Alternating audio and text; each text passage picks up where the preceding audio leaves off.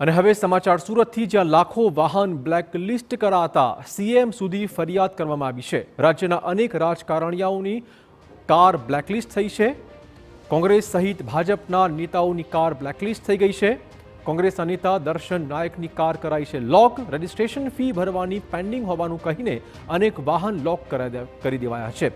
નજીવી રકમ ભરવા વાહન માલિકોએ કચેરીમાં ધક્કા ખાવાની નોબત આવી છે। 1 એપ્રિલ 2021 બાદ ખરીદેલી કાર, બસ, ટ્રક સહિતના વાહનો બ્લેકલિસ્ટ કરાયા છે। સમગ્ર મામલે દર્શન નાયકે સીએમને પત્ર પાઠવીને આ બાબતની ફરિયાદ કરી છે। રાજ્યના વાહન વ્યવહાર વિભાગની બેદારી નીતિ પણ સામે આવી। સત્તાનો દુરુપયોગ કરી વાહન બ્લેકલિસ્ટ કરાયાનો કોંગ્રેસે આક્ષેપ મૂક્યો છે। તપાસ કરાવી જવાબદાર અધિકારી સામે પગલાં ભરવાની પણ તેમણે માંગણી કરી છે। આખા રાજ્યમાં અંદાજે 9 લાખથી વધુ વાહનો બ્લેકલિસ્ટ કરાયા છે।